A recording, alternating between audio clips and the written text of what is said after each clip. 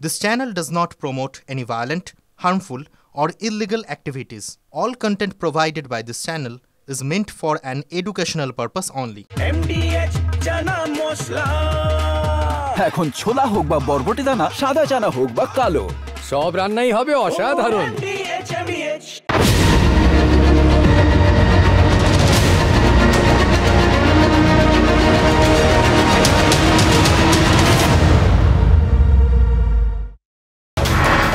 আশ্চর্য আশ্চর্য আশ্চর্য।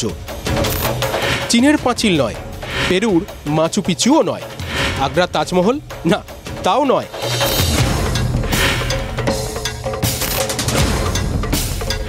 পৃথিবীর নবতম আশ্চর্য তৈরি হয়েছে মহারাষ্ট্রের নাগপুরে। নাগপুরের বহুতলের ঘাড়ে উঠে পড়েছে উড়ালপুল। 3 তলা বাড়ির একদম ওপরের তলার ব্যালকনির ভেতর ঢুকে পড়েছে ফ্লাইওভার। লোকে দেখছে আর ভাবছে, ব্যালকনিতে ফ্লাইওভার নাকি ফ্লাইওভারে ব্যালকনি?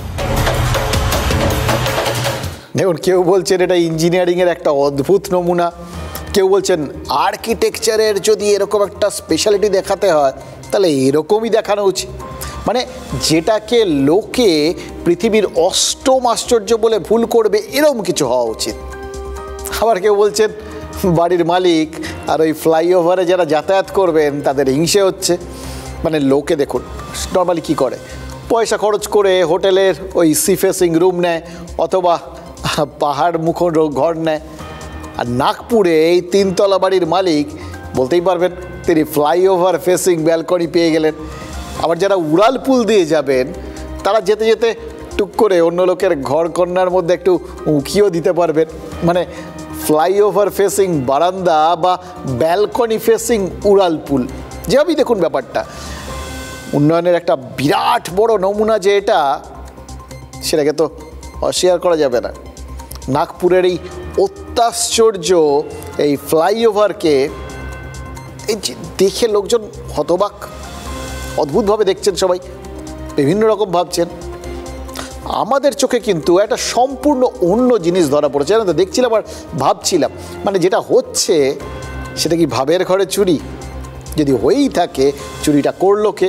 মানে চুরি যে একটা হয়েছে সে তো বোঝা যাচ্ছে, এটা নিয়ে তো কোনো রাগ ঢাক গুড়গুড়ের জায়গা নেই, কেউ না কেউ তো চুরি করেছে। এবার নাগপুরের হাইওয়ে অথরিটি বলছে ওই বাড়ির মালিক সরকারি জমি দখল করেছিলেন। সরকারি জমির মধ্যে যদি ব্যালকনি পড়ে তারা কি করবেন? ব্যালকনির মধ্যে দিয়ে উড়ালপুলকে নিয়ে গেছে। আবার বাড়ির মালিক বলছেন তিনি সরকারি জমি চুরি করেননি, বরং হাইওয়ে অথরিটি নাকি তার ঘরের জায়গা চুরি করেছে, ওই জন্যই ফ্লাইওভারটা ওই 3 তলার বারান্দায় ঢুকে পড়েছে। মানে এ বলছে ও চোর, এ বলছে ও চোর। আসলে কে যে চুরি করেছে সেটা নিয়ে একটা দ্বন্দ্ব তৈরি হয়ে গেছে, জানেন তো। আর যখনই এরকম দ্বন্দ্ব হয় না, তখনই অদ্ভুতভাবে কিছু না কিছু অদ্ভুত জিনিস মনে পড়ে যায়। যেরকম শীর্ষেন্দুর লেখা মনে আছে, সেই চোর গল্পে শীর্ষেন্দু মুখোপাধ্যায় লিখেছিলেন, চোরকে যদি চোর বলে চেনা যায় তাহলেই চিত্তির। এবার সেদিক থেকে দেখতে গেলে আজকের দিনটা কিন্তু একদম যথার্থ। মানে ওই সিলেবাসের শুরুতে যেরকম একটা ছোট্ট করে সারসংক্ষেপ দেওয়া থাকে না কি কি আছে, আজকের এই শুরুতে ফ্লাইওভার কাহিনিটা সেরকমই দিনটা চেনানোর ব্যবস্থা করেছে। দিনের থিমটা, সামনে পুজো আসছে, তার থিম দরকার। আজকের থিম এই নাগপুর, মানে চুরি আর কি। আশেপাশে অনেক রকম চুরির অভিযোগ উঠছে, কিন্তু কে যে চুরি করেছে, কি চুরি করছে, কাঠটা চুরি করছে, সেটা নিয়ে পরিষ্কার করে কিচ্ছু বোঝা যাচ্ছে না। শুধু একটাই শব্দ চারপাশে শোনা যাচ্ছে, লোকজন চিৎকার করে গলা ফাটিয়ে বলছে চোর চোর চোর। সেই কবেকার গান, 1993 সালে বেরিয়েছিল এই বেশ ভালো আছি, এই অ্যালবামে এই গানটা ছিল, চোর গানটা। খুব দ্রুতলয় গানটা শুরু হতো, আর শুরুর একটু পরেই দরদ দিয়ে একটু গলাটা খাদে নামিয়ে নচিকেতা গাইতেন, প্রতিদিন চুরি যায় মূল্যবোধের সোনা, আমাদের স্বপ্ন আমাদের চেতনা। সুন্দর লাইনগুলো, কিন্তু তখনও নচিকেতা আসলে গায়কই ছিলেন, বুঝলেন তো। তাকে কেউ মহানায়ক বানায়নি, মানে একটু নেতা সুলভ টাচ লাগেনি, বিশেষ বিশেষ মঞ্চে তাকে তখনও দেখা যেত না, তার গলার থেকে তখন গান বেরোতো। ফলে সেই সময়ের গান হিসেবে এই চোর চোর আওয়াজটা মনে থেকে গেছে। মাঝখানে কয়েকবার শুনেছিলাম, ওই যখন পার্থ চট্টোপাধ্যায় ধরা পড়লেন, ওই অপার সম্পত্তি আমাদের চোখের সামনে প্রস্ফুটিত হলো, অথবা যখন সেই কালীঘাটের কাকুকে গলার স্যাম্পেল দেওয়ার জন্য বিভিন্ন জায়গায় নিয়ে যাওয়া হচ্ছিল। তখন মাঝে মধ্যে এই আওয়াজগুলো শুনেছিলাম, তারপর বেশ কিছুদিন শুনিনি। অনেক দিন পর সেই আওয়াজটা আবার শুনলাম। কোনো গানের কথা হিসেবে নয়, বরং এই চিৎকারটা শুনলাম মন্তেশ্বরে। পূর্ব বর্ধমানের মন্তেশ্বরের বিধায়ক সিদ্দিকুল্লাহ চৌধুরী, রাজ্যের গ্রন্থাগার মন্ত্রী, এবার গেছিলেন নিজের বিধানসভা এলাকায়। যেতেই পারেন, সেটা নিয়ে কিছু বলার নেই। মানে যেখান থেকে ভোটে জিতে বিধায়ক হয়েছেন, মন্ত্রী হয়েছেন, সেখানে তো যেতেই হবে, তাকে মানুষের সঙ্গে থাকতে হবে, সেইভাবেই হয়তো গেছিলেন। কিন্তু মুশকিল হচ্ছে তিনি গেলেন আর শুনলেন চোর চোর চিৎকার হচ্ছে। শুধু তো তিনি একা শোনেননি, যারা চিৎকার করছিলেন তারা এত জোরে চিৎকার করছিলেন যে সবাই শুনতে পেয়ে গেছে আর অবাক হয়ে গেছে। হলোটা কি? হঠাৎ করে এরকম রব কেন চারপাশে?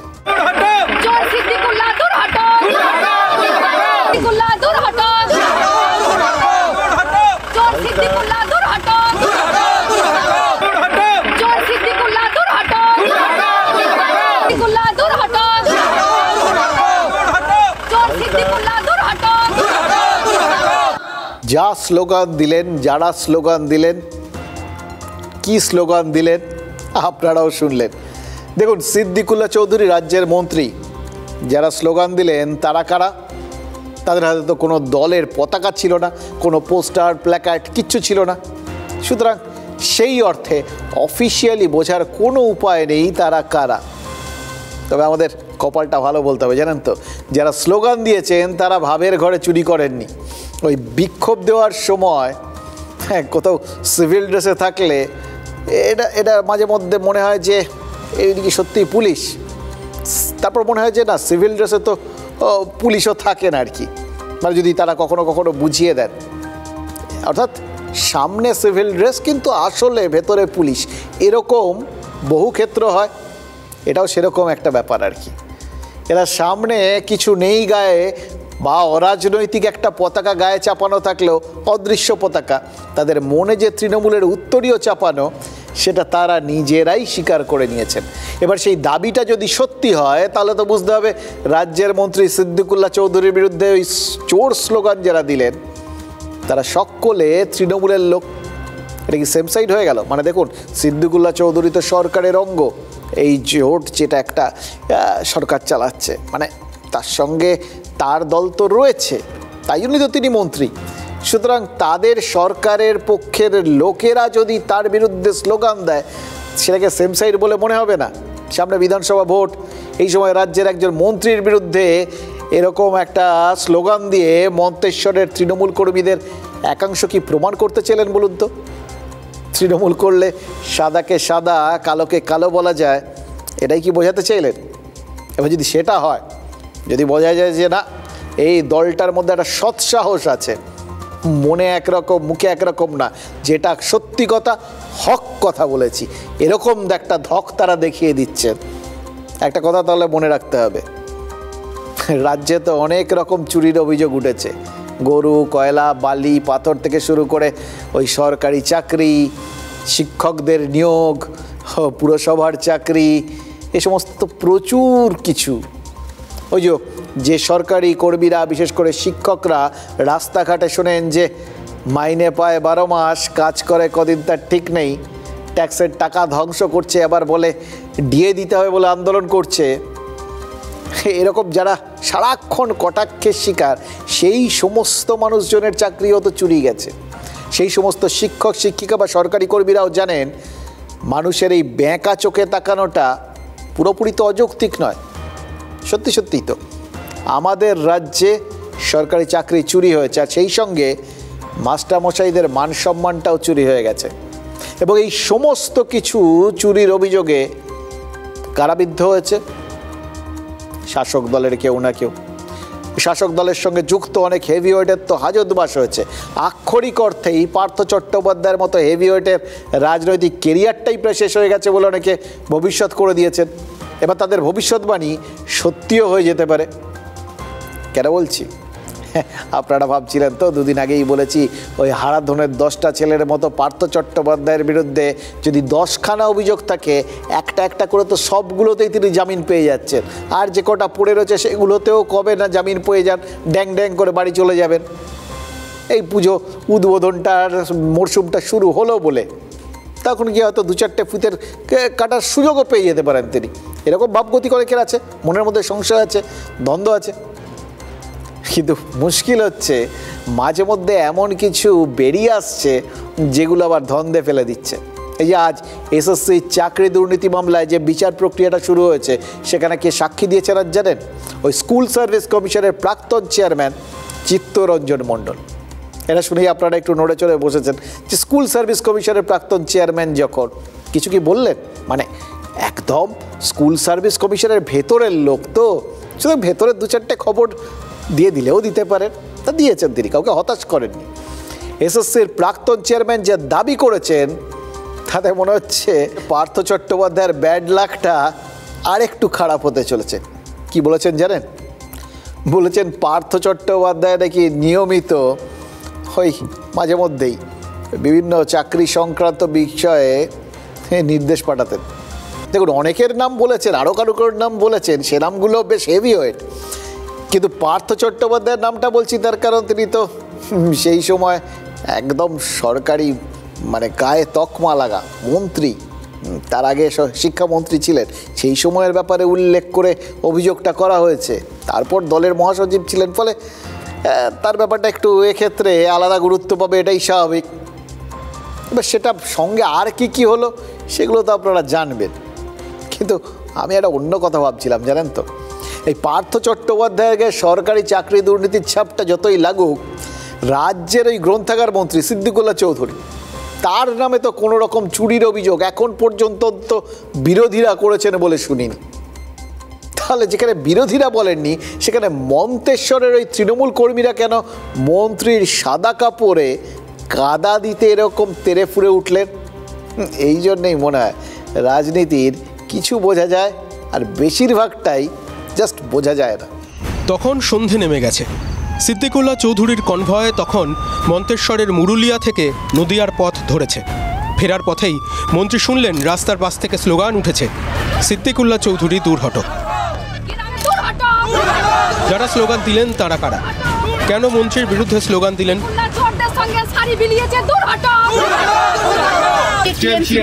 আচ্ছা, উনি যে গ্রামে আসছেন, আমাদের দুঃখ হচ্ছে এটাই যে যারা 2021 সালে পঞ্চায়েত ভোটে পুরো বিজেপির এজেন্ট বসেছিল এবং বিশ্বজিৎ পোদ্দারের কাছে যেত আর টাকা নিয়ে আসতো, সেই চোরদেরকে নিয়ে আজকে উনি শাড়ি উদ্বোধন করলেন আমার গ্রামে।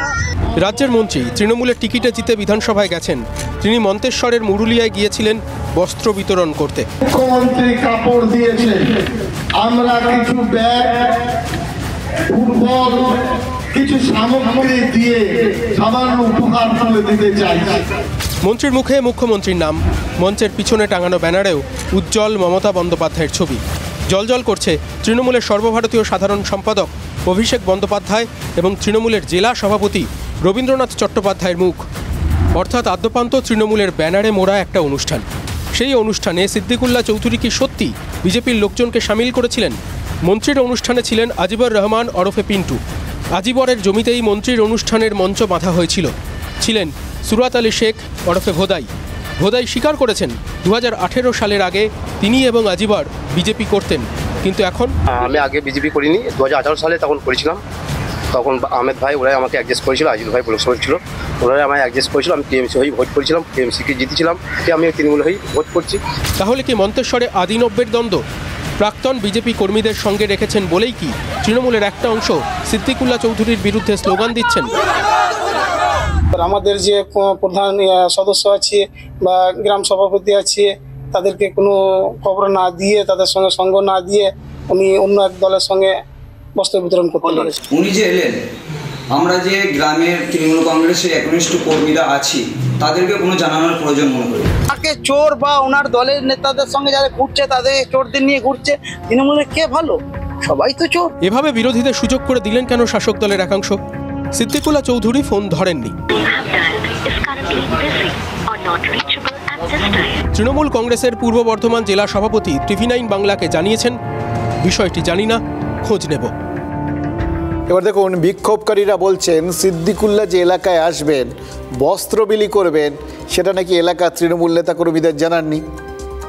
দেখুন, এটা ভারতীয় ন্যায় সংহিতার কোনো ধারা অনুযায়ী এটা শাস্তিযোগ্য অপরাধ নিশ্চিতভাবেই নয়, কিন্তু রাজনীতির ধারাপাত অনুযায়ী সেটা যে বড় অপরাধ সেটা তো ওই তৃণমূল কর্মীদের ওই রিয়াকশান দেখেই বুঝতে পারছেন। এবং কোনো কিছু রাজনীতিতে করতে গেলে যে তার সাল তারিখ শুধু মনে রাখলে চলবে না, তার অতীতটাও মনে রাখতে হবে। রাজনীতি যে আসলে আজকাল পরশুর গল্প, মানে সেটা এদিকে যেরকম সত্যি ওই দিকেও সত্যি, মানে অতীতেও সত্যি, সেটাও তো বোঝা যাচ্ছে। শুনলেন তো যে দুজনের জমিতে ওখানে ওই মঞ্চ বাঁধা হয়েছে, তারা এক সময়, হয়তো অনেক দিন হয়ে গেছে, কিন্তু একটা সময় তারা বিজেপি করতেন, ফলে তাদের যে মন থেকে তৃণমূল কর্মীরা ভালোভাবে নেননি সেটাই তো পরিষ্কার। মনের মধ্যে পুঁছে রেখে দিয়েছিলেন কোনো ব্যাপারটা, আজকে সেটা উগরে দিলেন। কিন্তু মুশকিল হলো করলেন কারা আর গালটা খেলেন কে?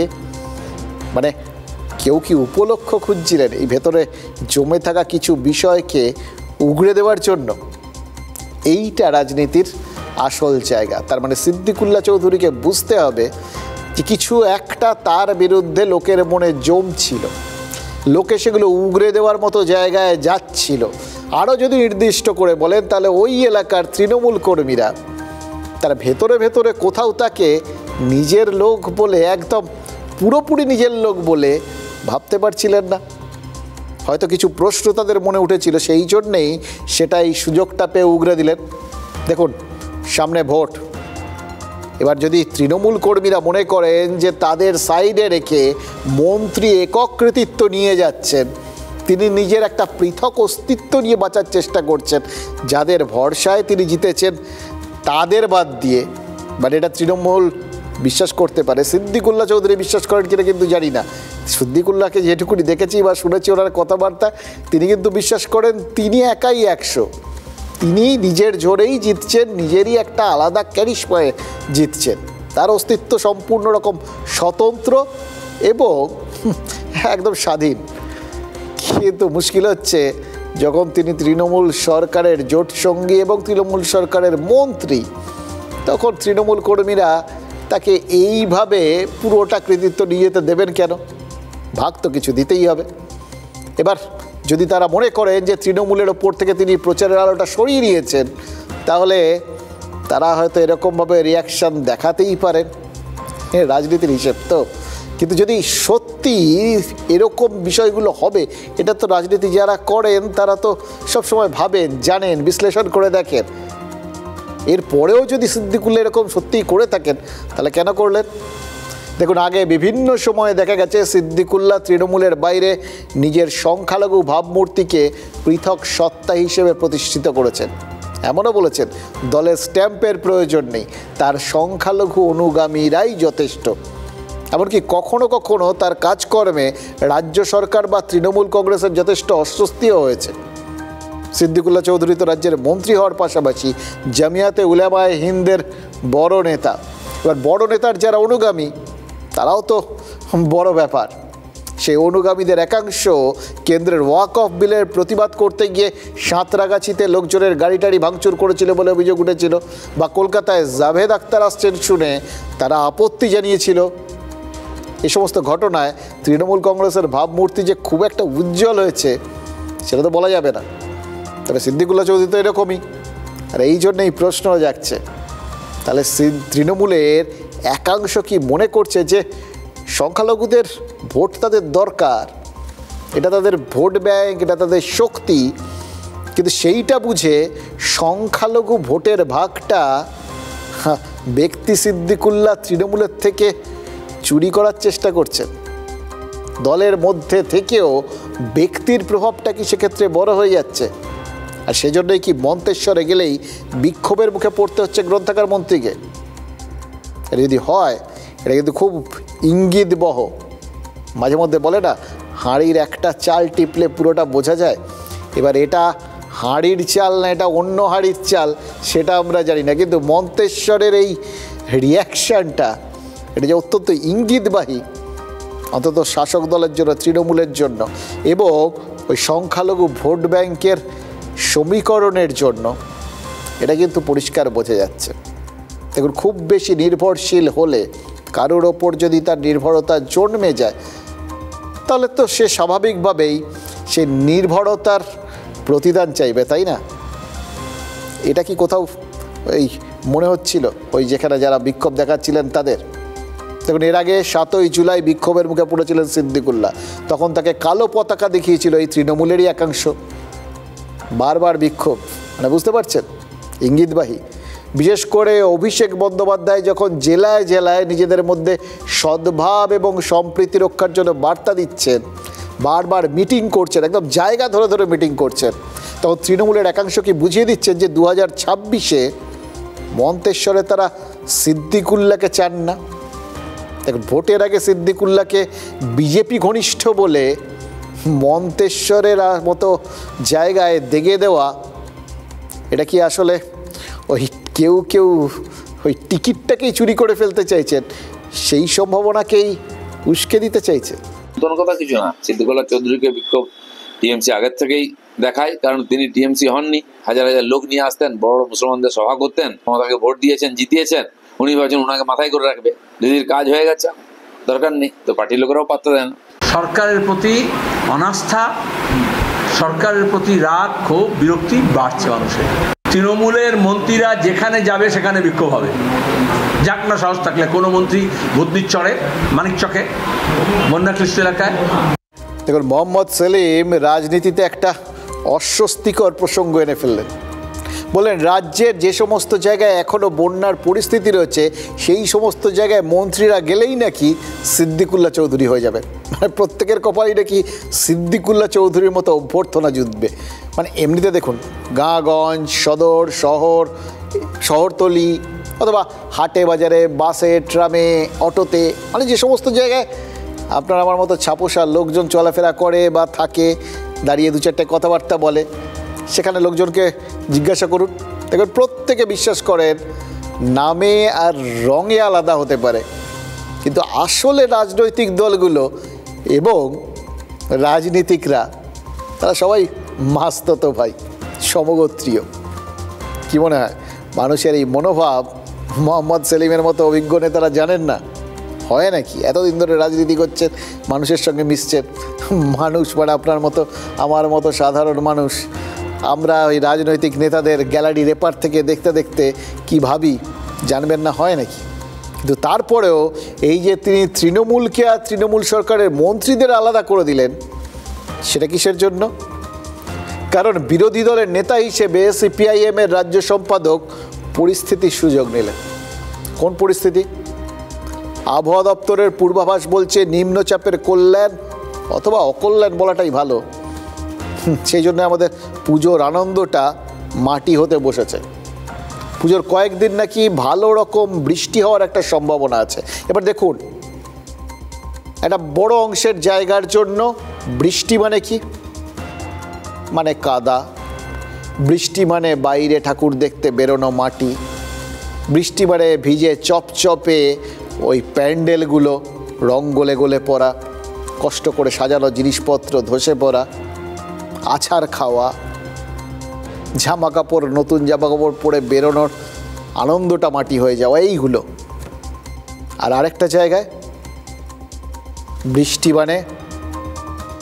মানে আধ ডোবা হয়ে থাকা।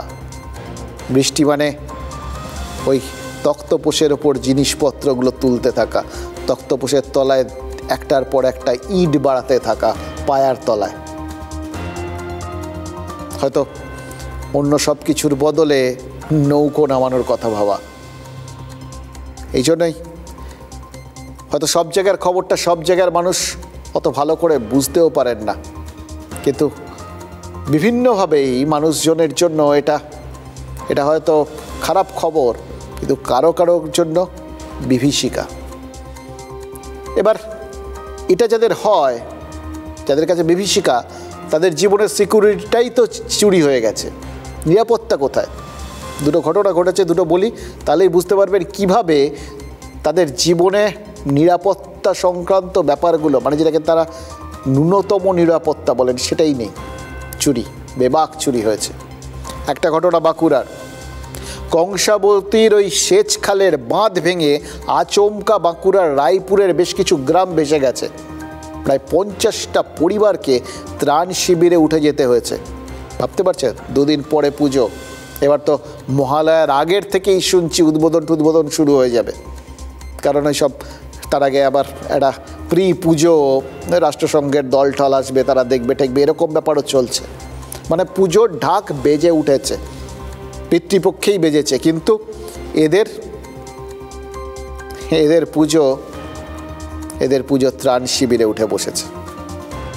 আর দ্বিতীয় ঘটনাটা মালদার ভূতনিতে শুধু গ্রাম ভাসেনি, 3টে জীবন ভেসে গেছে।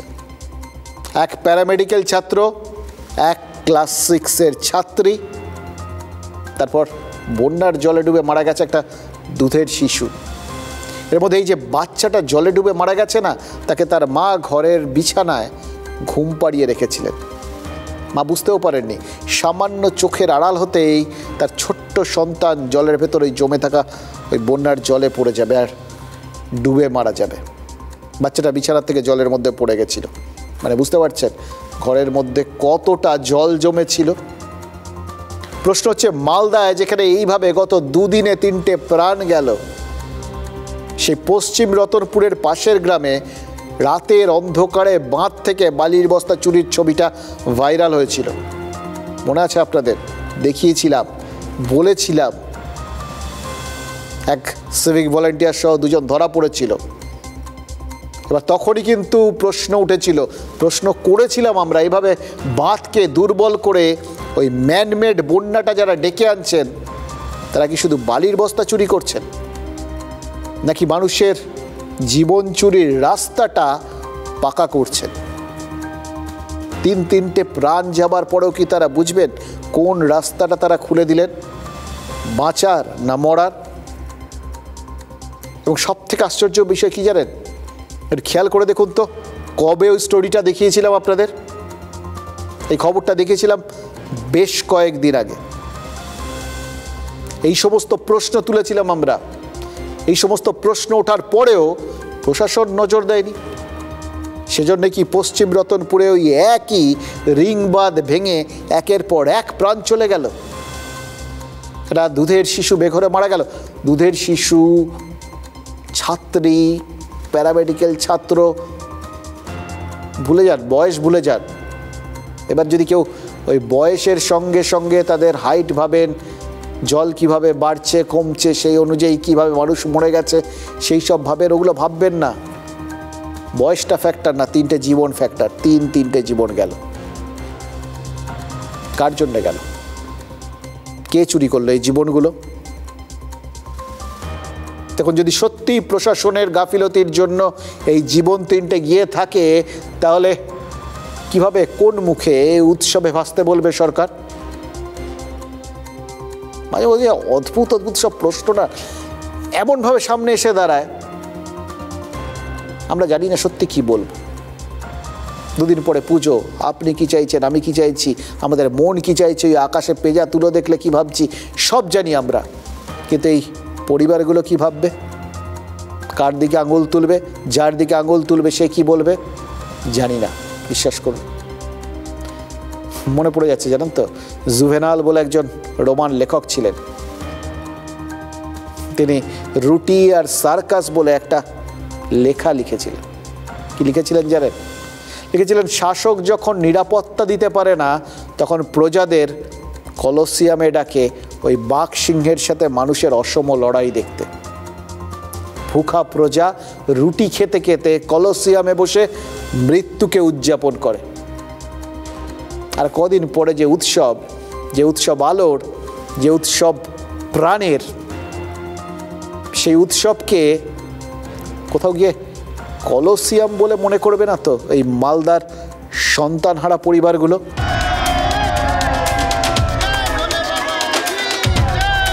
নদীর স্রোতে ধুয়ে মুছে গেছে বাঁধ, হুহু করে ঢুকেছে জল। বাঁধ ভাঙা প্লাবন প্রাণ কেড়েছে এক রত্তি সহ 3 জনের। গঙ্গার জলে বানভাসী মালদার ভূতনি। পশ্চিম রতনপুরের বালির বাঁধ ভেঙে প্লাবিত বিস্তীর্ণ এলাকা। একদিকে গঙ্গা, অন্যদিকে ফুলহার। 2 নদীর সাঁড়াশি চাপে বিধ্বস্ত ভূতনির লক্ষ লক্ষ মানুষ। ত্রাণের জন্য কোনো ব্যবস্থা হয়েছে না?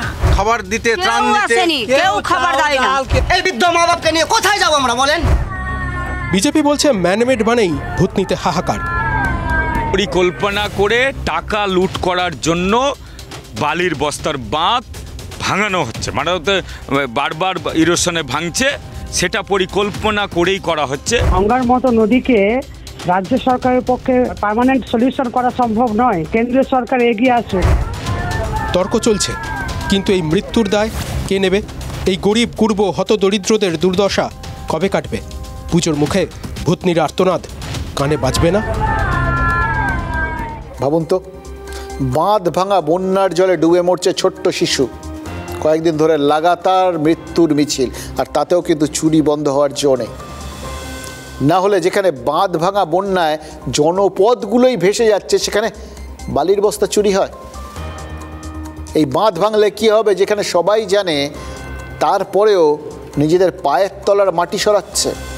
একবার ভাবুন তো, বাঁধ বাঁচাতে, বন্যা আটকাতে যে বালির বস্তা সব থেকে বেশি দরকার, সেটাই তো রীতিমতো সংগঠিতভাবে চুরি হয়ে যাচ্ছে।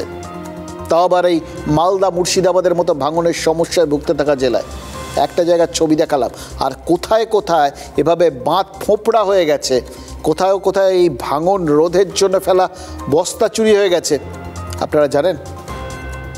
তার মানে আরও কত মৃত্যু মিছিল এইভাবে আমাদের জন্য অপেক্ষা করছে, আমরা তো সত্যিই জানি না। আসলে চুরির রোগ তো, এটা স্থান কাল পাত্র দেখে না। আজকেই কিন্তু এসএসসির নিয়োগ দুর্নীতির বিচার প্রক্রিয়াটা শুরু হয়েছে, যেটা কথা, যেটার ইঙ্গিত আপনাদের শুরুতে দিচ্ছিলাম। এবার মুশকিল হচ্ছে, প্রথম দিনের সাক্ষ্য গ্রহণেই আদালতে শাসক দল বেআব্রু হলো। মানে এতদিন সাক্ষ্য ছিল বিভিন্ন লোকের, বিভিন্ন রকম আসছিল, একটা গতানুগতিক জায়গায় চলছিল।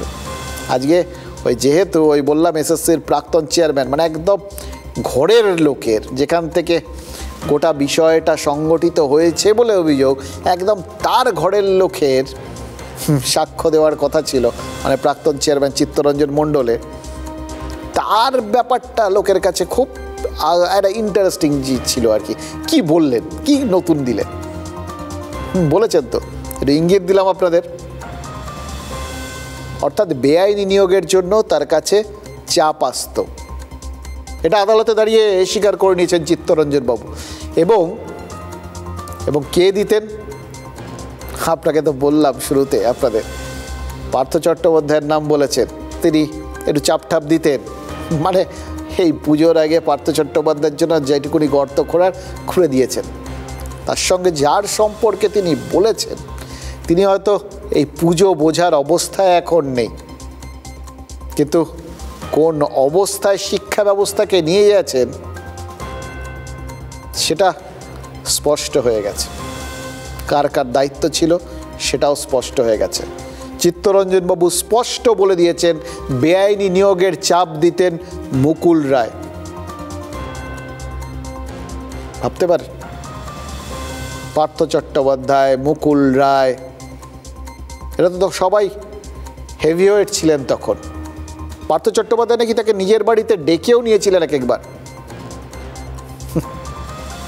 এবার পার্থ চট্টোপাধ্যায় এরপরে কীভাবে জামিন পাবেন, কবে মুক্ত হবেন, এই প্রশ্নগুলো আর এই মুহূর্তে আলোচনা করার খুব দরকার আছে কি? দেখুন, প্রাক্তন চেয়ারম্যান যা বললেন তাতে কিন্তু বুঝতেই পারছেন এই কাহানি মে প্রচুর টুইস্ট আসবে। মানে এ তো সবে নিয়োগ দুর্নীতির বিচার শুরুর প্রথম দিন। এবার এটাই যদি ইঙ্গিত হয়, এটাই যদি ট্রেলার হয়, আসল সিনেমায় কি কি আসবে, মানে প্যান্ডোরার বাক্স খুলে কি কি যে এরপর বেরোবে ভগবান জানে। 2016 সালে কার্বনের ডুপ্লিকেটটা থাকতো, তাহলে কিন্তু যারা সত্যিকার কোয়ালিফাই করে চাকরি পেয়েছিলেন, কলেজ স্কুল সার্ভিস কমিশন স্বীকার করুক না করুক, সেগুলো বের করা যেত। এটা 12 সালে হতো, 16 সালে তুলে দেওয়া হতো, আবার সেটা 25 সালে ইন্ট্রোডিউস করা। মানুষ সবই বোঝে, সবই জানে। এটা তদন্তের ব্যাপার, বিচারের বিষয়। উনি যা বলেছেন সেটা একজন সাক্ষী, তাঁর যা বক্তব্য তিনি কোর্টে জানিয়েছেন, তো এর ওপর দাঁড়িয়ে কোনো মন্তব্য করব না, বিষয়টার সঙ্গে দলের কোনো সম্পর্ক নেই। মুকুলদা অলমোস্ট নেই, আর পার্থদাকে পুরো ডিজন করলো পার্টি, মানে পার্থদা হলো এই দুর্গাপুজোয় বলিদান। দেখুন, রাজনীতি এমন একটা জিনিস না, এটাতে কে যে কখন কিভাবে বলি হবেন সেটা বোঝা আপনার আমার কম্য নয়। ঝুলির থেকে শুধু আমরা বুঝতে পারছি বেড়াল বেরোনোর চেষ্টা করছে, এবার বেরোতে দেওয়া হবে কি হবে না, আলটিমেটলি বেরোবে কি না তা জানি না। এসএসসি দুর্নীতিতে একটার পর একটা নেতা মন্ত্রীর নাম তো উঠতে দেখেছি, অনেককে তো চাকরি চুরির অভিযোগে গড়াদের পেছনে যেতেও দেখেছি, অনেককে বেরিয়ে আসতেও দেখেছি, আবার অনেকের পেছনে শুনছি কেন্দ্রীয় এজেন্সির তদন্তকারীরা নতুন করে লেগেছেন, যেরকম ওই রাজ্যের কারামন্ত্রী তথা বোলপুরের বিধায়ক চন্দ্রনাথ সিনহা। ইডির চার্জশিট অনুযায়ী তিনি নিয়োগ দুর্নীতিতে অভিযুক্ত, কিন্তু দুর্নীতির টাকা কোথায় আছে সেটা খুঁজতেই তো হিমশিম খেয়ে যাচ্ছেন গোয়েন্দারা। বিরাট অঙ্কের টাকার হিসেব দিয়েছে, দুর্নীতির অঙ্কে বিরাট, সেটা ইডির হিসেব আর কি, হিসেব দিয়েছে, কিন্তু উদ্ধার হয়েছে তার ভগ্নাংশ। গোয়েন্দারা জানতে পেরেছেন যে কেন্দ্রীয় প্রকল্পকে কাজে লাগিয়ে কিছুটা কালো টাকা নাকি সাদাও করে ফেলেছেন মন্ত্রীমশাই, তাদের বক্তব্য। এবার বোলপুরের বিধায়কের পেছনে যখন কেন্দ্রীয় এজেন্সি হন্যে হয়ে ঘুরছে, তখন সেই চাকরি চুরির অভিযোগেই তো জেলবন্দি হয়ে আছেন আরেক বিধায়ক, বড়ইয়ার বিধায়ক জীবনকৃষ্ণ সাহা। আরে সেই বিখ্যাত মানুষটা কাদা মাখামাখি হয়ে পাঁচিল টপকে ওই জলে মোবাইল ছুঁড়ে একাধিকবার নিজে নাকারি চুয়ানি খেয়েছেন, এজেন্সিকেও খাইয়েছেন। এই মোবাইল ছোড়া প্রসঙ্গে একটা কথা মনে পড়ে গেল, যে এই ফাঁকে আপনাদের সাথে শেয়ার করে নিই। ওই টোকিওয় বর্ষা ছুঁড়ে সোনা জেতা নীরজ চোপড়া বিশ্ব অ্যাথলেটিক চ্যাম্পিয়নশিপে মুখ থুবড়ে পড়েছেন। সোনা তো দূরস্থ, 8ম স্থানে শেষ করতে হয়েছে নীরজকে। এবার 26টা ইভেন্টে পরপর পোডিয়ামে ওঠার পর এই প্রথমবার পোডিয়াম ফিনিশ করতে ব্যর্থ নীরজ। এটাকে অনেকেই অঘটন বলছেন, আর এই মজার ব্যাপার হচ্ছে কি জানেন, এই কোথায় কি ঘটেছে সেইটার সঙ্গেও মজা করে অনেকে জীবনকৃষ্ণকে জুড়ে দিচ্ছেন, বলছেন জীবনকৃষ্ণ জেলে বলেই লাস্ট মিনিটের সাজেশনটা নাকি নীরজ পাননি, কারণ বর্ষা ছুঁড়ে দিতে এতদিন যে তার জুড়ি মেলা ভার ছিল, তার পেছনে যে জীবনকৃষ্ণ রয়েছেন, অর্থাৎ সেই বিজ্ঞাপনের ঢঙে যে নীরজ যে কোনো সময় বলতে পারতেন আমার সাফল্যের পেছনে যাবতীয় কৃতিত্ব আসলে জীবনকৃষ্ণ, এটা হচ্ছে নেটিজেনদের বক্তব্য। যাই হোক, জোকস অ্যাপার্ট, গ্রেফতারের পর থেকেই জীবনের সঙ্গে তার দলের যোগাযোগও কিন্তু বিচ্ছিন্ন, দলেরই।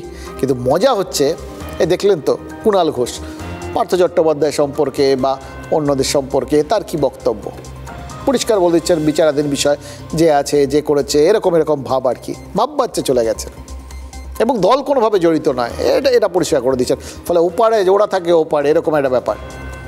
কিন্তু জীবনকৃষ্ণের সঙ্গে সেটা হতেও পুরোটা হয়নি। তার দলেরই এক বিধায়ক তাকে লকআপে দেখতে গেছেন। জীবনকৃষ্ণর ওই বড়ইয়ার পাশের কেন্দ্রই হচ্ছে ভরতপুর।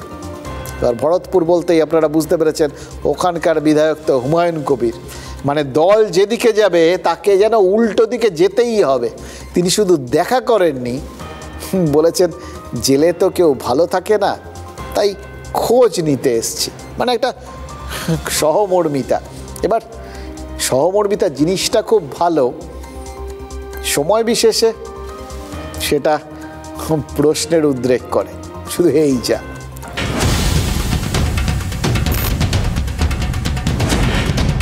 নিয়োগ দুর্নীতি মামলায় জেলবন্দি জীবনকৃষ্ণ সাহা। বন্দি বিধায়কের সঙ্গে আদালতে দেখা করতে গেলেন তৃণমূলেরই আরেক বিধায়ক ভরতপুরের হুমায়ুন কবির। এই প্রথম তৃণমূল কংগ্রেসের কেউ জীবনকৃষ্ণ গ্রেপ্তার হওয়ার পর তার সঙ্গে দেখা করলেন। একই মানসিকতার লোক তো হয় না, কাজেই কে আসবেন না আমি বাই ফোর্স করতে পারি না কাউকে। আমার মনে হয়েছে তাকে দেখা করার দরকার, তার খোঁজ নেওয়ার দরকার, তার পাশে থাকার দরকার, তাই আমি কলকাতার বিচার ভবনে এসএসসি নিয়োগ দুর্নীতি মামলার শুনানিতে হাজির করা হয়েছিল জীবনকৃষ্ণকে। সেখানেই পাশে থাকার বার্তা দিতে পৌঁছে যান তার প্রতিবেশী বিধায়ক। 1 ঘন্টা এজলাসে থেকে জীবনকৃষ্ণ সাহার মামলার শুনানিও শোনেন হুমায়ুন। জেল কাস্টডিতে তো কেউ ভালো থাকে না, তার কোনো সমস্যা হচ্ছে কিনা, কোনো অসুবিধা হচ্ছে কিনা, তার শারীরিক খোঁজখবর নেওয়ার জন্য এসেছি। আমি আমার লাইফে রাজনীতি করতে গিয়ে এই কোর্ট লকআপে বহরমপুর সেন্ট্রাল জেলে 82 দিন থেকেছি। বড়মাত তৃণমূল বিধায়ক জীবন কৃষ্ণ, তার পাশের বিধানসভা ভরতপুরের তৃণমূল বিধায়ক হুমায়ুন কবির। প্রতিবেশী বিধায়কের দুঃখ দুর্দশা ভাগ করে নিতেই এসেছেন বলে দাবি করেন হুমায়ুন কবির। কাউকে কোর্ট লকআপে দেখা করতে আসলে দলের পারমিশন নিতে হয়, প্রথম শুনলাম। এ তো গেল হুমায়ুনের কথা, কিন্তু যাকে দেখতে হুমায়ুন এলেন সেই জীবন কৃষ্ণ সাহা কি বললেন? কোনো অভিযোগ প্রমাণ করতে হবে, সব মিথ্যা অভিযোগ। তিনি নাকি মোবাইলও ছোড়েননি, পালানোর চেষ্টাও করেননি। প্রতিবেশী বিধায়ককে পাশে পেয়ে এবার বুকে খানিকটা বল ফিরে পেলেন জীবন কৃষ্ণ। দেখুন, হুমায়ুন কবিরের দুটো লাইন কিন্তু মনে ধরেছে, জানেন তো, মনে হচ্ছে বেশ। প্রথম লাইনটা হচ্ছে এই শুরুর দিকে বললেন, একই মানসিকতা তো সবার হয় না। এবার মানে যাদের কথা বলেছেন তিনি হয়তো বলতে চেয়েছেন অন্যদের তার মতো এরকম সহমর্মী মন নেই, সেই জন্যে তারা দেখা করতে হয়তো আসেননি। মানে তাদের কাছে জীবন কৃষ্ণ শুধুই শরীর, মন না। সেই কথাটা মনে পড়ে যাচ্ছে, তাই না? তোর মন নেই কুসুম, সেরকম ব্যাপার। কিন্তু আমার প্রশ্ন অন্য, একই রকম মানসিকতা বলতে আবার কেউ আবার যদি জীবন কৃষ্ণর সঙ্গে তার মানসিকতার মিল খুঁজে ফেলেন তাহলে কিন্তু গণ্ডগোল আছে। আরও একটা কথা, ওই বললেন জেলে থাকতে কারোর ভাল লাগে না, একদম ঠিক। কীরকমভাবে জীবন কাটছে সেটা দেখতে এসছেন, মানে ভাল লাগে না, মনটা ভালো থাকে না, মনটা ভালো করতে এসছেন।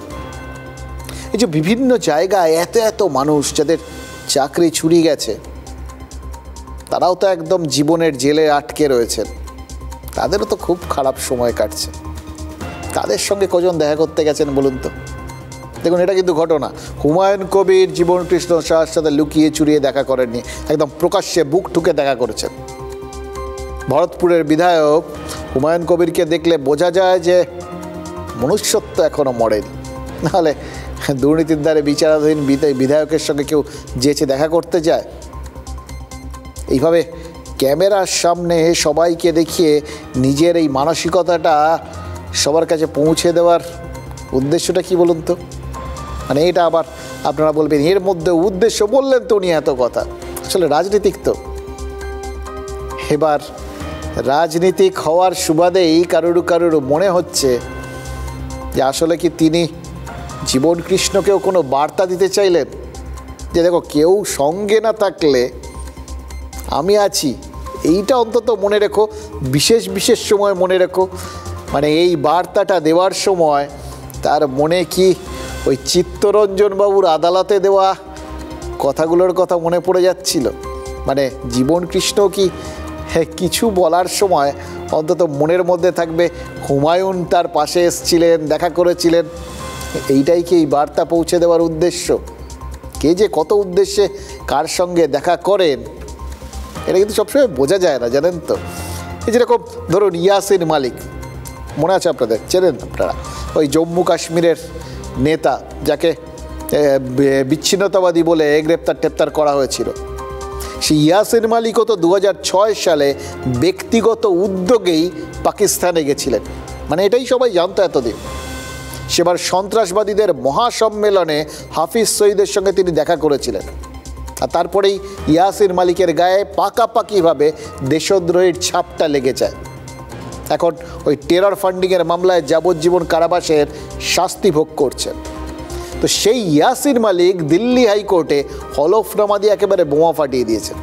কি দাবি করেছেন জানেন?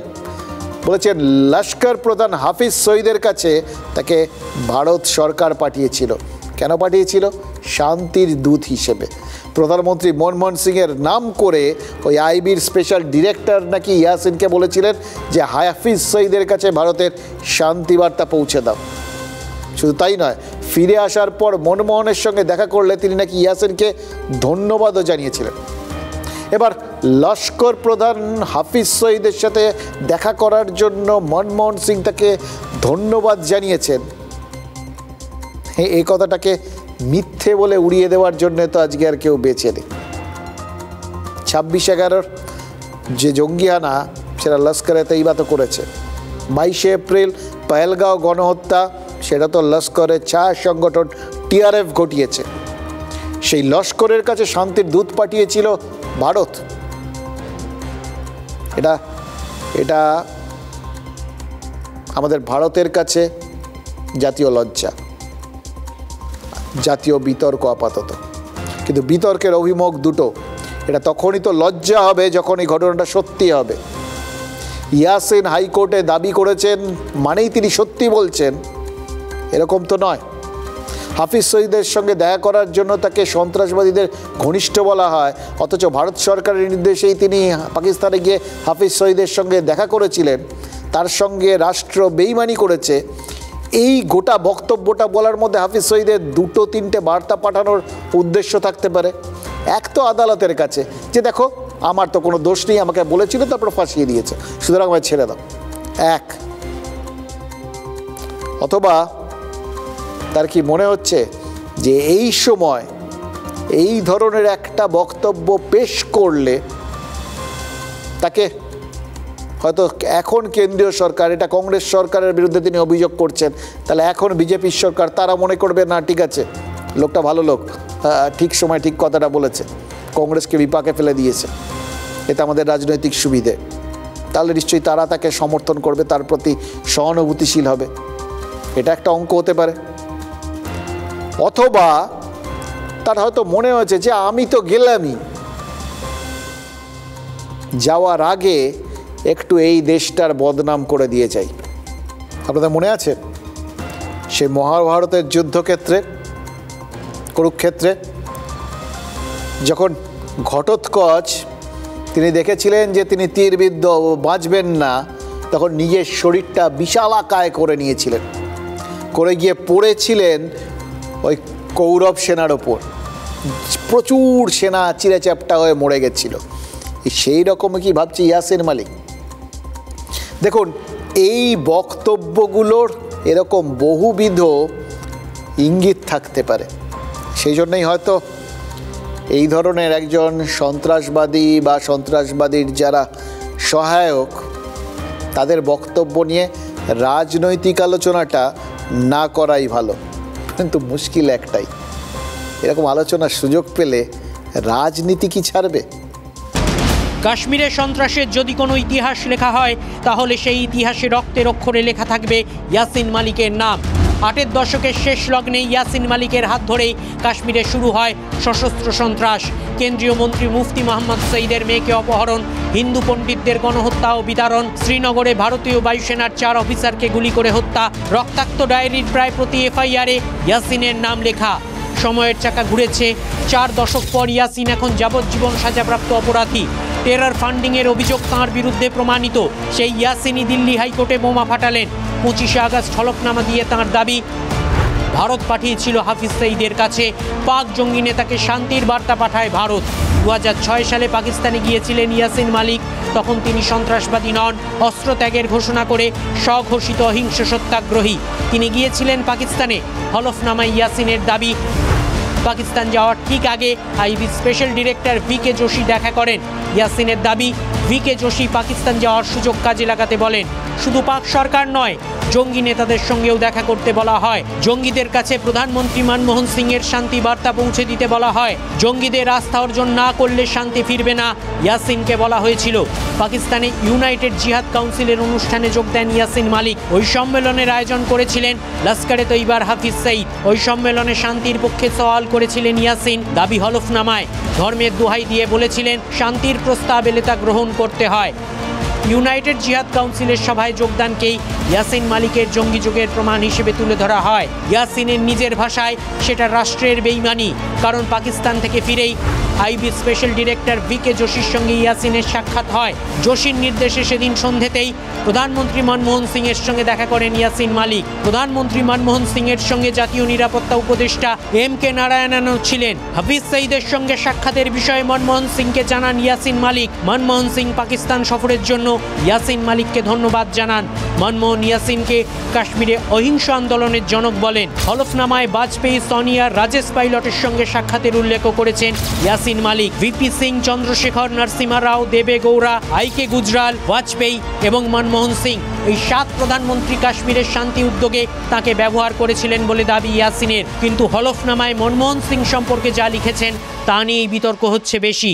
দেখুন, ইয়াসিন মালিক কি বিশ্বাসটা চুরি করলেন? তার বিশ্বাস কেউ চুরি করেছে কিনা জানি না, কিন্তু তিনি যা যা বললেন তার মধ্যে দিয়ে তিনি এই দেশের রাজনীতিকদের প্রতি মানুষের বিশ্বাসটা হয়তো চুরি করতে চাইলেন। এটাও একটা উদ্দেশ্য হতে পারে। আসলে ওই বলে না, হ্যাঁ, বিদ্যাসাগর বলে গেছিলেন আমরা বর্ণ পরিচয় দিয়ে সব কিছু শুরু করেছি, তো সেই পড়েছিলাম আমরা ছোটোবেলায়, না বলিয়া পরে দ্রব্য লইলে তাকে চুরি বলা হয়। এরকম বহুবিধ চুরির বহুবিধ উদাহরণ তো আজকে আমরা চারপাশে দেখতে পাচ্ছি। আসলে গোড়ায় গলদ রয়ে গেছে অনেকেরই, না? তাই সুযোগ পেলেই চুরির অভ্যেসটা যায় না। আর হচ্ছে প্রতিদিন চুরি যায় মূল্যবোধের সোনা, সেটা তো যাই। শিক্ষার অধিকারও তো চুরি হচ্ছে। আর শিক্ষা চুরির সেই ম্যাপে আমি কলকাতার কথা বলছিলাম, জানি আপনাদের কলকাতার কথা মনে হচ্ছে। এটা আজকাল হ্যাঁ একদম ফিক্সড কেস স্টাডি হয়ে গেছে, কিন্তু বিশ্বাস করুন শুধু কলকাতার কথা ভাববেন না। এই শিক্ষা চুরির ম্যাপে এক হয়ে যাচ্ছে কলকাতার কেসাং। কেসাং জানেন কোথায়? অরুণাচল প্রদেশে। সেখানকার এক প্রত্যন্ত জেলা। সেই জেলায় শিক্ষার অধিকার চুরি হয়েছে। কিভাবে জানেন? ওই যে ছবিগুলো দেখছেন, অনেকগুলো স্কুলের ছেলে মেয়ে, এরা সব এই ছাত্রীরা, স্কুল ছাত্রীরা সবাই রাস্তায় নেমেছিলেন। রাস্তায়, পদযাত্রায়। গান্ধীজির ডান্ডি অভিযান তো আপনারা জানেন, কিন্তু এদের অভিযানটা একদম অন্য, হয়তো কম গুরুত্বপূর্ণও নয়। কেন জানেন? কারণ একটা সরকারি স্কুলে যেখানে এরা পড়ে, সেখানে দীর্ঘদিন ধরে শিক্ষিকার অভাব। ভূগোল আর রাষ্ট্রবিজ্ঞানের কোনো টিচারই নেই। অনেকবার বলেছে, প্রশাসন এখান দিয়ে ঢুকিয়েছে, ওপাশ দিয়ে বার করে দিয়েছে, আসেনি। পড়াশুনো বন্ধ। তারা সব 11-12 ছাত্রী, সামনে পরীক্ষা। আরে নিজেদের তো তৈরি করতে হবে, তৈরি করবেন কে? টিচারই তো নেই। সেই জন্য এই ছাত্রীরা পায়ে হেঁটে জেলা সদর দপ্তরে গেছিল। একদিন এক রাত পায়ে হেঁটেছে। ছবিটা ভাইরাল হয়ে গেছে। নেতা নেত্রীদের মিছিল দেখে আমরা ক্লান্ত, তো আজ অন্য একটা মিছিল দেখতে পেলেন। অন্য চোখে এই মিছিলটাকে দেখুন। মুখে স্লোগান, হাতে প্ল্যাকার্ড নিয়ে 90 জন ছাত্রী হাঁটা লাগিয়েছিল। কবির সুমন গেয়েছিলেন, কতটা পথ পেরোলে তবে পথিক হওয়া যায়। এই ছাত্রীরা 65 কিলোমিটার হেঁটে নিজেদের শিক্ষার অধিকারটা ছিনিয়ে আনতে চেয়েছিল, কিন্তু তার থেকেও বড় একটা শিক্ষা দিয়ে গেল আমাদের। রাষ্ট্রের দায়িত্ব তো শিক্ষা দেওয়া, সেই রাষ্ট্রকেই বড় একটা শিক্ষা দিয়েছে এই কেসঙ্গের ছাত্রীরা। কখনো রাতের অন্ধকারে, কখনো দিনের আলোয়, কখনো খাড়াই রাস্তায়, তো কখনো জঙ্গলের মধ্যে দিয়ে টানা হেঁটে চলেছে 65 কিলোমিটার। বিশ্বাস করুন, এই ছবিটা দেখতে দেখতে গায়ে কাঁটা দিয়ে উঠছিল। কত বয়স এদের? আজও ওদের যে এতটা পথ হাঁটতে হলো, সেটা কেন? এটা মহৎ উদ্দেশ্য, লক্ষ্য, শিক্ষা চাই। কিন্তু শিক্ষাটা এইভাবে চাইতে হচ্ছে। দেশ, সমাজ, সরকার, এই হাঁটার থেকে সবাই কি শিক্ষা পেলেন? লাভ হলো কি? এইখানে এই কাহানি মে টুইস্ট। লাভ তো হয়েছে, এখন অবধি শোনা যায়নি, কিন্তু শাস্তি জুটেছে জানেন। লাভের বদলে উল্টে শাস্তি। শিক্ষক চাওয়ায় উল্টে স্কুলেরই 2 শিক্ষককে শোকজ করেছে অরুণাচল সরকার।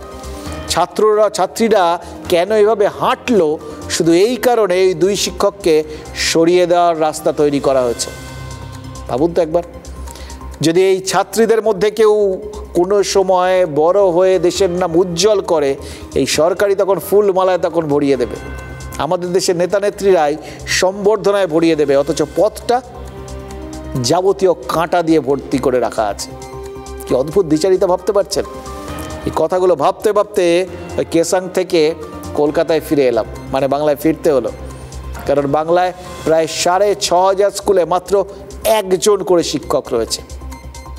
শয়ে শয়ে স্কুলে ওই একজন শিক্ষকও নেই, শিক্ষক ইন স্কুল। এবার কে সঙ্গের ছাত্রীর মতো বাংলার ছাত্রছাত্রীরাও যদি হাঁটা শুরু করে, আমাদের নেতারা তখন ওই মিছিল টিছিল করার জন্য রাস্তা ফাঁকা পাবেন তো। এবার মাথায় রাখবেন, এই বাংলায় এই শিক্ষার দুরবস্থা নিয়ে কেন্দ্রীয় সরকার মাঝে মধ্যেই কটাক্ষ করে। হ্যাঁ, কেন্দ্রীয় সরকারের এখন শিক্ষা দপ্তরের প্রতিমন্ত্রী, তিনিও বাংলার লোক, তিনিও কড়া কড়া বক্তব্য রাখেন। কিন্তু মুশকিল হচ্ছে কে সঙ্গের এই স্কুলটাও কেন্দ্রীয় শিক্ষা মন্ত্রকেরই। নামটাও খুব গুরুত্বপূর্ণ, তাৎপর্যপূর্ণ। স্কুলের নাম কস্তুরবা গান্ধী বিদ্যালয়। পিছিয়ে পড়া পড়ুয়াদের জন্য কেন্দ্রের একটা প্রকল্প 2004 সালে শুরু হয়েছিল, ওই গান্ধীজির স্ত্রীর নাম দিয়ে দেশের বিভিন্ন প্রান্তে স্কুল খোলা। এবার বুঝতে পারছেন গান্ধীজিও কীভাবে প্রাসঙ্গিক হয়ে এলেন। স্বাধীনতা আন্দোলন তিনি এতবার হেঁটেছেন, পাশে পেয়েছেন গোটা দেশকে, অথচ তার স্ত্রীর নামাঙ্কিত সরকারি স্কুলের টিচার নেই। এবং টিচারের দাবিতে এতটা পথ যখন হাঁটল, এই ছাত্রীরা কাউকে পাশে পেল না। যাদের পাশে পেয়েছিল সেই 2 টিচারকেও না পাওয়া করে দিল সরকার।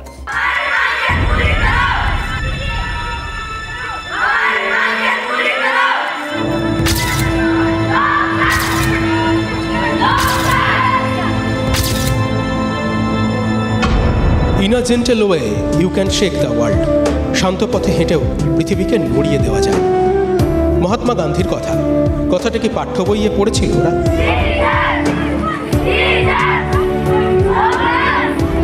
ওরা সবাই স্কুল পড়ুয়া।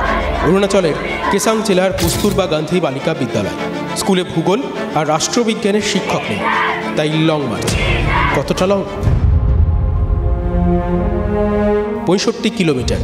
হ্যাঁ, এভাবেই শিক্ষকের দাবিতে, বলা ভালো শিক্ষার দাবিতে, নয়াংন গ্রাম থেকে জেলার সদর দপ্তর লেম্মিতে পৌঁছয় ওরা। সারা রাত হেঁটে সকালে সদর দপ্তরে পৌঁছে ডেপুটেশন দিয়েছে কচিকাচারা। পরিণামে সত্যিই কি কিছু আসে যায়? কেন পড়ুয়ারা এভাবে মিছিল করলো? কেন পড়ুয়াদের এই প্রতিবাদ সবাই জানতে পারলো? তাই শিক্ষক দেওয়ার বদলে ওদের 2 শিক্ষককেই শোকজ করেছে সরকার। সরকারের কাজ করেছে, কিন্তু কচিকাচারা ওরা গোটা দেশকে একটা শিক্ষা দিয়েছে, যে শিক্ষাটা হয়তো পাঠ্য বইতেও নেই। দেখুন, এই ছাত্রছাত্রীরা বা শিক্ষার দাবিতে যারা রাস্তায় নামেন, যারা শিক্ষার অধিকার, শিক্ষকের অধিকার ফিরে পাওয়ার জন্য রাস্তায় নামেন, নেমে লাঠিসোঁটার ঘা খান, তারা একটা জিনিস খেয়াল রাখেন না, জানেন তো? আসলে তারা তো কিছু গিফট দিচ্ছেন এই সরকারি, যে কোনো রকম সরকারি, কেন্দ্র রাজ্য যেরকম হোক, সেই শিক্ষা ব্যবস্থাটাকে আরও নির্দিষ্ট করে বললে রাষ্ট্রযন্ত্রকে, আরে শিক্ষার গিফট। এবার মুশকিল হচ্ছে গিফট দিলে তো মাঝে মধ্যে রিটার্ন গিফটও পেতে হয় না, ফলে রাজনীতি সেটা মাথায় রাখে। কিন্তু তারা তার সঙ্গে সঙ্গে হয়তো এই ছেলে মেয়েদের জন্য একটা আত্মবাক্য তৈরি করে দিচ্ছে, জানেন তো? এই কদিন আগে একটা সিরিজে দেখছিলাম, একটা লাইন খুব ভালো লেগেছে। হ্যাঁ, মনে হচ্ছিল আপনাদের সাথে শেয়ার করি। পরে মনে হলো ঠিক এই লাইনটাই তো আসলে রাজনীতি আমাদের প্রতি মুহূর্তে প্রতিবাদী, অধিকারের দাবিতে লড়তে যাওয়া বা প্রশ্ন তোলা মানুষজনকে শোনাতে চায়। Ask no questions, here no lies. প্রশ্ন করবেন না, তাহলে মিথ্যেও শুনতে হবে না। এটাই আপ্তবাক্য, সার কথা।